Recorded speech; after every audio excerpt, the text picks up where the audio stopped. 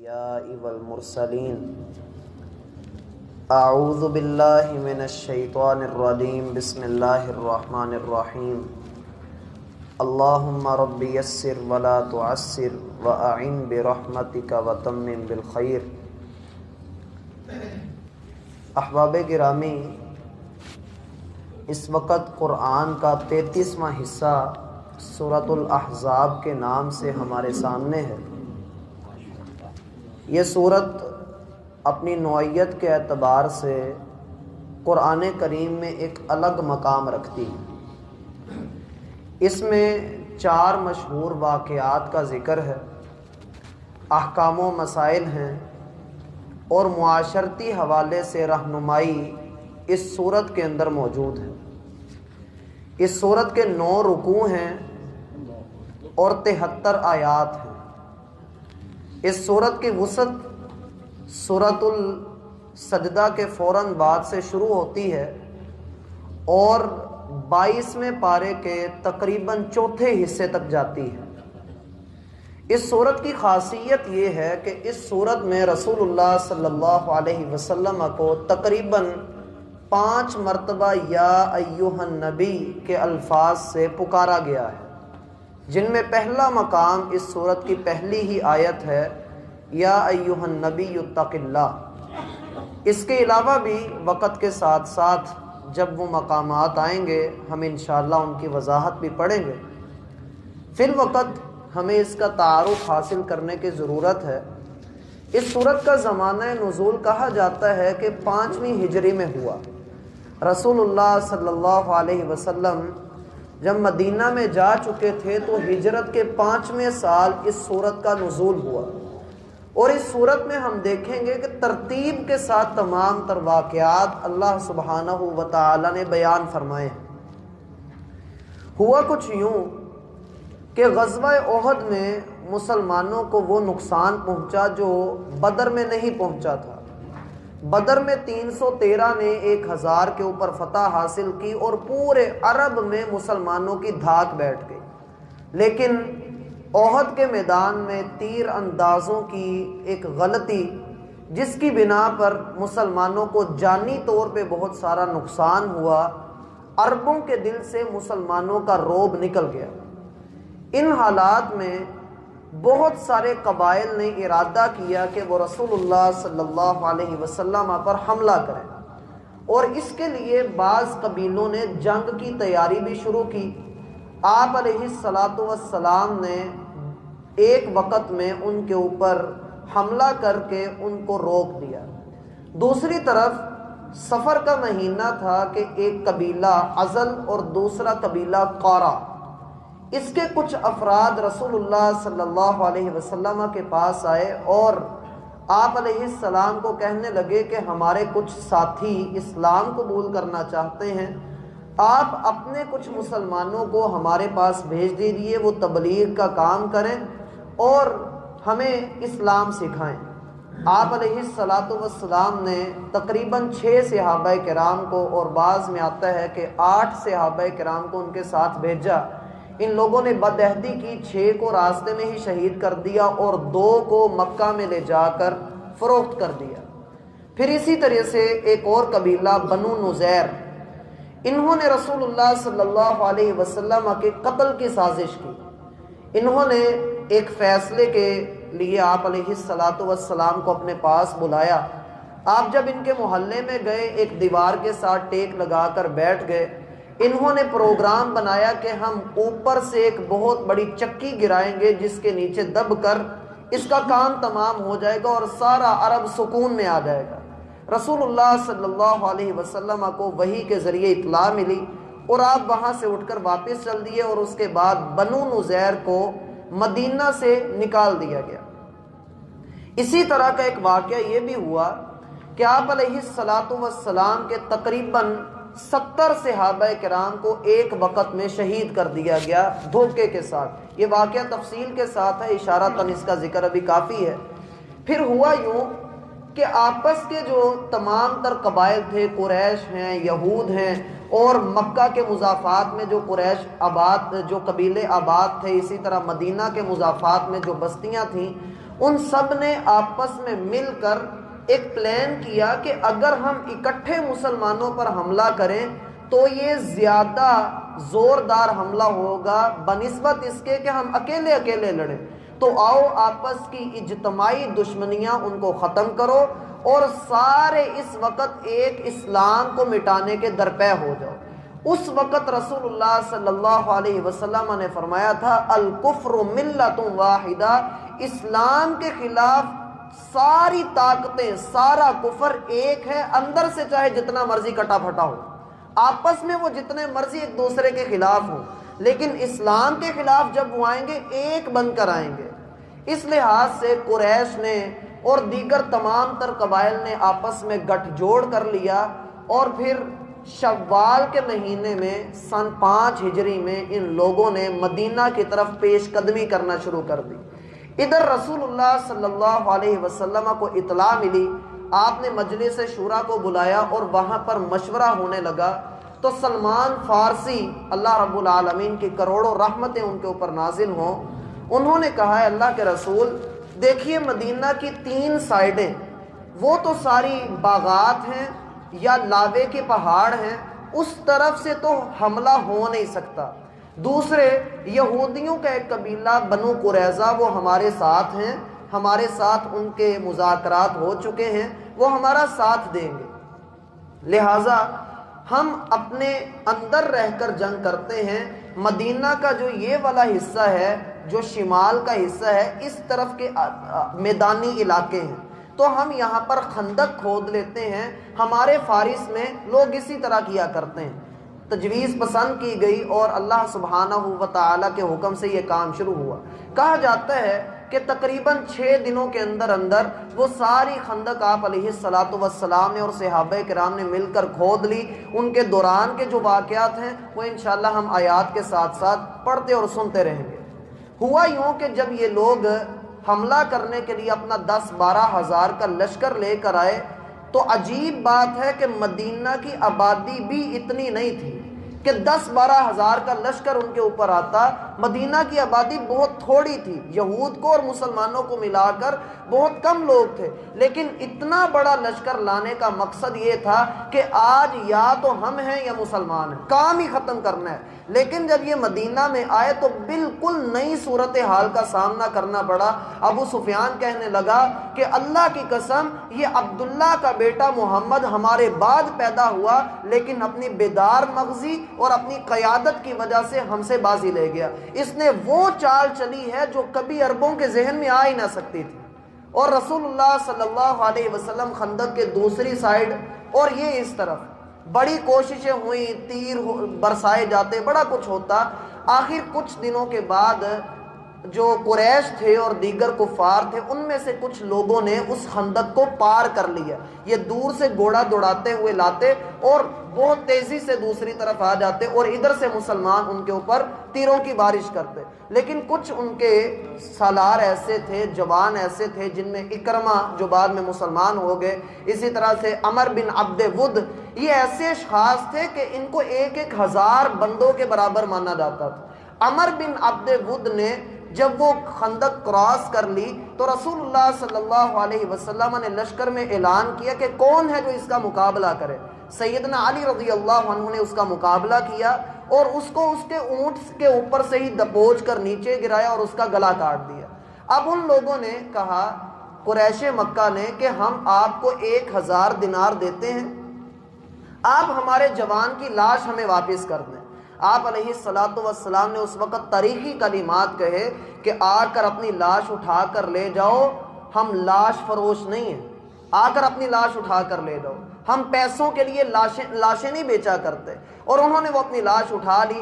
ان لوگوں نے یہ سوچا تھا کہ کسی طریقے ہم مدینہ کے اوپر حملہ کریں گے، لیکن جب ان کو خندق کا سامنا کرنا پڑا تو وہ لوگ اب پریشان ہوئے کہ ہم تو محاصرے کی تیاری کر کے ہی نہیں آئے، مجبوراً ان کو وہاں پر بیٹھنا پڑا۔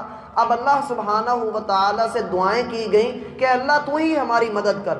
ادھر جو اندر تھے مدینہ کے اندر بنو قریظہ، انہوں نے بد عہدی کر دی۔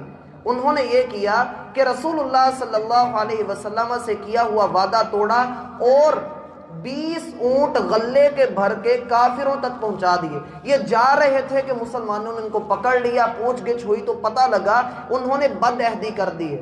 رسول اللہ صلی اللہ علیہ وسلم نے سیدنا سعد بن معاذ اور اسی طریقے سے دیگر صحابہ کرام کو ان کے پاس بھیجا اور کہا کہ دیکھنا وہ جو بھی جواب دیں وہ آ کر مجھے اشارتاً بتا دینا, مجھے کھلے لفظوں میں نہ بتانا, کیونکہ لوگ مسلمان جو ہیں وہ پھر پریشان ہوں گے.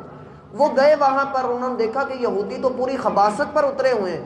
انہوں نے آ کر رسول اللہ صلی اللہ علیہ وسلم سے کہا کہ ازل اور قارا, یعنی جس طرح سے ازل اور قارا نے بد عہدی کی تھی انہوں نے بھی بد عہدی کی ہے. اللہ کے رسول نے خاموشی اختیار کی, لیکن بات سارے مسلمانوں میں پھیل گئی, بے چینی بڑھ گئی. ادھر دوسری طرف مسلمانوں کے بچے اور مسلمانوں کی عورتیں وہ یہودیوں کی گھڑیوں کے اندر اور ان کے قلعوں کے اندر تھے. اللہ کے رسول نے تو ان کے اوپر اعتماد کرتے ہوئے سب کو وہاں پر بھیج دیا تھا, لیکن اب اندر سے بھی مسلمانوں کو خطرہ ہے اور باہر سے بھی مسلمانوں کو خطرہ ہے.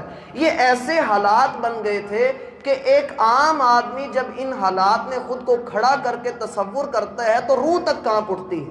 جب یہ حالت ہوئی آپ علیہ الصلوۃ والسلام منہ پر کپڑا لے کر لیٹ گئے اور کافی دیر تک لیٹے رہے. آپ کی اس حالت کی وجہ سے کئی مسلمان مزید پریشان ہو گئے. پھر آپ علیہ السلام اچانک اٹھے اور کہا اللہ نے اپنی مدد کا وعدہ کر دیا ہے, اللہ ضرور اپنی مدد بھیجے گا, ہم ان کافروں کو بھی شکست دیں گے اور یہودیوں کا کام بھی تمام کریں گے. اللہ کا کرنا ایسا ہوا کہ بنو غطفان کا ایک سردار نعیم بن مسعود یہ مسلمان ہو کر اللہ کے رسول کے پاس آ گیا. یہ بھی اس محاصرے کے اندر شریک تھا. اس نے آ کر کہا ہے اللہ کے رسول آپ مجھے حکم کریں میں آپ کی کیا مدد کر سکتا ہوں, کیونکہ اس وقت کسی کو نہیں پتا کہ میں نے اسلام قبول کر لیا ہے. آپ نے فرمایا کافروں کے پاس جا کر ان میں پھوٹ ڈلواؤ. یہ بندہ پہلے بنو قریظہ کے پاس گیا اور جا کر کہنے لگا ہاں بھئی تم کس طرح سے لڑ رہے ہو. کہنے لگے دیکھو جی قریش نے اور دیگر سارے قبیلوں نے ہمیں کہا ہے کہ جب ہم جنگ جیت جائیں گے تو مال غنیمت میں اور مدینہ کی حکومت تمہیں دی جائے گی. کہنے لگا کس سوچ میں پڑے ہو, وہ تو تم سے جو ہے کوئی وعدہ شادہ نہیں کر رہے, وہ تو تم لوگوں کو محمد الرسول اللہ کا عہد ماننے کے ساتھ تمہیں بھی قتل کر دیں گے. اس لیے ذرا بچ کر رہنا, اگر تم لوگوں نے ان کے ساتھ کوئی معاہدہ کرنا ہی ہے تو ان سے کچھ آدمی مانگ لینا, یہ نہ ہو کہ وہ تمہیں بھی ساتھ قتل کر دیں. وہ اپنے آدمی تمہارے پاس بھیج دیں, تم ان کو اپنے پاس یرغمال بنا کے رکھ لینا, تو پھر اگلی بات کرنا. ان کا ہاں بات تو تمہاری ٹھیک ہے, تو ہم اسی طرح سے کریں گے. اب یہ نعیم نکلے اور قریش کے پاس گئے. قریش کو جا کر کہنے لگے ہاں بھئی کیا ارادہ ہے. کہنے لگے کہ بھائی اب ارادہ یہ ہے کہ ہم نے مسلمانوں کو تباہ کرنا ہے, ایک ہی بار حملہ کرو اور کام ختم کرو. نعیم کہنے لگے کہ بنو قریظہ کا پھر کیا کیا ہے. کہا بنو قریظہ ہماری مدد کریں گے. کہا کون سی مدد کریں گے, وہ تم سے آدمی مانگیں گے, اس لیے ذرا خیال کرنا اپنے آدمی نہ ان کو دے دینا. کہنے لگے بات تو تمہاری ٹھیک ہے. اب قریش نے بنو قریظہ کو پیغام بھیجا کہ بھائی کل ہفتہ کا دن ہے, اکٹھے مسلمانوں کے اوپر حملہ کرتے ہیں اور ان کا کام تمام کرتے ہیں. بنو قریظہ نے چٹا جواب دے دیا جناب آپ کو پتہ ہے ہفتے کا دن ہماری عبادت کا دن ہے, ہم نہیں نکل سکتے, اس لیے چپ چاپ اپنے گھروں میں بیٹھے رہو, اتوار کے دن حملہ کرنا ہوا تو کریں گے اور وہ بھی اس وقت کریں گے جب ہمارے پاس اپنے کچھ بندے یرغمال کے طور پہ رکھو گے. قریش کہنے لگے بھائی واللہ انہوں نے سچی بات کہی تھی نعیم نے, یہ تو بالکل وہی بات مانگ رہے ہیں. تو ادھر سے قریش نے جب یہ سنا اور بنو قریظہ نے جب ان کا انکار سن لیا تو وہ کہنے لگے واللہ نعیم نے سچ کہا تھا, یہ تو بندے ہی نہیں بھیج رہے, اور ان میں پھوٹ پڑ گئی. اللہ کا کرنا ایسا ہوا اللہ نے اسی رات بہت تیز طوفان بھیجا اور اگلا دن جب صبح ہوئی تو کوئی بھی کافر میدان کے اندر موجود نہ تھا. اللہ نے مسلمانوں کو فتح عطا فرمائی. اب اللہ کے رسول اپنے گھر میں آئے. آپ علیہ الصلوۃ والسلام نے اپنے ہتھیار رکھے ہی تھے کہ جبریل علیہ الصلوۃ والسلام آگے اور کہنے لگے اللہ کے رسول آپ نے ہتھیار اتار دیے ہیں, ہم ابھی ابھی قریش کو بھگا کر واپس آئے, آپ نے کیوں ہتھیار اتار دیے. اللہ کے رسول نے کہا اب کیا کرنا ہے. کہا بنو قریظہ کی طرف چلیے, ان کو نہیں چھوڑنا ہم نے, انہوں نے بد عہدی کی ہے, عین موقع پر ہمیں چھوڑا ہے, چلیے ان کی طرف. اللہ کے رسول صلی اللہ علیہ وسلم نے اسی وقت اعلان کر دیا جو کوئی اللہ اور اس کے رسول پر ایمان رکھتا ہے وہ عصر کی نماز بنو قریظہ میں ادا کرے. صحابہ کرام نے ہتھیار پکڑے اور بنو قریظہ کی طرف دوڑیں لگا دی. عصر کے وقت اللہ کے رسول وہاں پر پہنچ گئے. جب آپ وہاں پر پہنچے پورا لشکر یہودیوں نے دیکھا تو انہوں نے اللہ کے رسول کو خوب گالیاں دی. آپ علیہ الصلوۃ والسلام نے خاموشی اختیار فرمائی تو ان کا سردار کعب بن اسد، یہودیوں کے قبیلے کا سردار، یہ ان کو کہنے لگا کہ دیکھو یہودیوں، تین باتیں ہیں، اگر تو تم تینوں میں سے کوئی ایک مان لو تو بات پھر ٹھیک ہے، وگرنہ تم سارے بے وقوف ہو۔ پہلی بات یہ تھی یا تو نیچے اترو اور محمد صلی اللہ علیہ وسلم سے صلح کر لو، معافی مانگ لو، یا دوسری یہ کہ اپنے ہاتھوں سے اپنے بیوی بچوں کو قتل کر دو اور پھر بعد میں مسلمانوں پہ حملہ کرو، یا وہ رہیں یا تم رہو، اور تیسرا یہ ہے کہ چپ چاپ یہاں پر بیٹھے رہو، جو ہوگا دیکھا جائے گا۔ قوم کہنے لگی بھائی تیری تینوں باتیں ہماری سمجھ میں نہیں آتی، تم پتہ نہیں کیسی باتیں کر رہے ہو۔ کہا پھر جو ہے جی تم سارے بے وقوف ہو، میں تمہارے کسی بھی معاملے میں نہیں پڑتا۔ رسول اللہ صلی اللہ علیہ وسلم نے یہودیوں سے کہا کہ بھائی بتاؤ اب تم لوگ کیا کرنا چاہتے ہو؟ کہنے لگے کہ قبیلہ اوس کے سردار سعد بن معاذ ہمارا جو فیصلہ کر دیں گے ہمیں منظور ہے۔ آپ علیہ الصلوۃ والسلام نے سیدنا سعد بن معاذ کو بلایا اور کہا کہ انہوں نے معاملہ آپ کے سپرد کیا ہے، لہٰذا آپ جو بہتر سمجھیں وہ ان کا فیصلہ کر دیں۔ سیدنا سعد کے اوپر انہوں نے بات اس لیے ڈال دی کہ بنو قریظہ اور اوس ان کا زمانہ جاہلیت میں آپس میں بڑا یارانہ رہا ہے، اس لیے انہوں نے کہا کہ یہ ہمارا کچھ لحاظ کریں گے۔ لیکن سیدنا سعد ایک مومن کی نگاہ رکھتے تھے، انہوں نے کہا کہ یہ ہے یہودی ہیں۔ دوسرا انہوں نے عین موقع پر بدعہدی کی، لہٰذا ان کو چھوڑنا نہیں چاہیے۔ کہا اللہ کے رسول میں یہ سمجھتا ہوں کہ ان کے سارے بالغ مردوں کو قتل کر دیا جائے، ان کی عورتوں اور ان کے بچوں کو غلام بنا لیا جائے، اور ان کا سارا جو مال اسباب پڑا ہوا ہے اس پر مسلمانوں کا قبضہ ہو جائے۔ آپ علیہ الصلوۃ والسلام نے کہا سعد اللہ کی قسم آپ نے وہ فیصلہ کیا ہے جو آسمانوں کے رب کا فیصلہ ہے۔ اور پھر رسول اللہ صلی اللہ علیہ وسلم کے حکم سے پورے بنو قریظہ کے سارے بندوں کو قتل کر دیا گیا۔ ایک صحابی سیدنا عطیہ قرظی رضی اللہ عنہ بیان کرتے ہیں کہ مجھے دیکھا گیا، میری ابھی مونچھیں اور بغلوں کے بال نہیں آئے تھے تو مجھے چھوڑ دیا گیا، وگرنہ میری گردن بھی اتار دینی تھی، یہ بعد میں مسلمان ہو گئے۔ قریباً 800 کے قریب مرد تھے جن کو رسول اللہ صلی اللہ علیہ وسلم نے اس وقت قتل کروایا۔ یہ ایک واقعہ ہے۔ دوسرے واقعات اس کے مختصر ہیں جو اس صورت میں آنے والے ہیں، مثلاً یہ 2 واقعات ہوئے غزوہ احزاب کا اور بنو قریظہ کا۔ تیسرا واقعہ اس میں آتا ہے رسول اللہ صلی اللہ علیہ وسلم نے ایک بچے کو جس کا نام زید بن حارثہ تھا، اسے اپنا منہ بولا بیٹا بنایا ہوا تھا، اس کو زید بن محمد کہتے تھے۔ اللہ کے رسول صلی اللہ علیہ وسلم نے اس کو آزاد کیا، یہ غلام تھا، اس کو آزاد کیا اور اپنی پھپھو کی بیٹی سیدہ زینب کا نکاح ان کے ساتھ کر دیا، اور یہ دلیل دے دی کہ جناب سید کا غیر سید کے ساتھ نکاح ہو سکتا ہے۔ جب یہ معاملہ ہوا تو زید بن حارثہ اور ادھر سیدہ زینب ان دونوں کی آپس میں بنتی نہیں تھی۔ کس لیے نہیں بنتی تھی؟ تاریخ میں آتا ہے کہ سیدہ زینب کہتی تھی کہ میں اعلیٰ خاندان کی ہوں اور یہ جو ہے یہ غلام آزاد کیا ہوا تو مجھے یہ پسند نہیں ہے، اس لحاظ سے ان کو آپس میں بنتی نہیں تھی۔ طلاق تک نوبت آ گئی، آپ علیہ الصلوۃ والسلام کے حکم سے پھر جیسا بھی مشورہ ہوا وہ طلاق ہو گئی۔ اس صورت میں یہ معاملہ بھی آئے گا کہ ہم دیکھیں گے پورا معاملہ۔ تو اللہ رب العالمین نے حکم دیا اے محمد صلی اللہ علیہ وسلم زینب کو طلاق ہو گئی ہے، اب اس زینب کے ساتھ آپ نے نکاح کرنا ہے۔ معاملہ کچھ یوں تھا کہ منہ بولا بیٹا سگے بیٹے کی طرح سمجھا جاتا تھا عرب کے معاشرے میں، اور آج کل بھی ایسا ہی ہوتا ہے، اور اس کی بیوہ کے ساتھ نکاح کرنا، باپ کا نکاح کرنا انتہائی بری بات سمجھی جاتی تھی، گویا کسی باپ نے اپنی بیٹی کے ساتھ نکاح کر لیا ہو، حالانکہ وہ حقیقی بیٹا تو ہے نہیں اور اس کے ساتھ نکاح بھی جائز ہے، لیکن چونکہ معیوب سمجھا جاتا تھا، اللہ نے اس رسم بد کو جڑ کو کاٹا اپنے نبی کے گھر سے۔ اللہ رب العالمین نے حکم دیا کہ آپ ان کے ساتھ نکاح کریں۔ اب معاملہ یہاں تک آ گیا کہ اللہ کے رسول دل میں اس بات کو فیل کر رہے تھے کہ اللہ میں اس کے ساتھ نکاح کروں گا، لوگ کیا کہیں گے؟ تو اللہ نے تب فرمایا واللہ احق ان تخشا، اللہ زیادہ حق رکھتا ہے کہ آپ اس سے ڈریں، لوگوں سے نہ ڈریں۔ اللہ کے رسول نے پھر سیدہ زینب کے ساتھ نکاح کر لیا۔ یہ 3 مشہور واقعات ہیں جو اس صورت کے اندر آتے ہیں۔ اللہ نے توفیق دی تو کل سے انشاءاللہ ان کا آغاز کریں گے۔ اللہ ہم سب کا حامی و ناصر۔